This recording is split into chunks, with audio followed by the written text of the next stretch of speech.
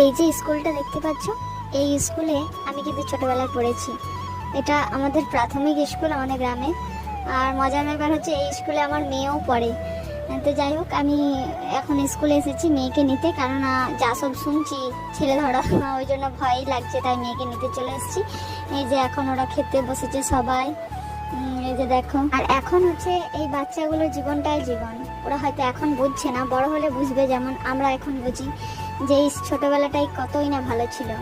এই স্কুলে যাওয়া, একসাথে খেতে বসা সবাই মিলে। এই যে এনাকে দেখতে পাচ্ছেন, ইনি হচ্ছেন এই স্কুলের স্যার। আর স্কুলের নামটা দেখায় তোমাদেরকে, দেখো, বরগড়িয়া অবৈতনিক প্রাথমিক বিদ্যালয়।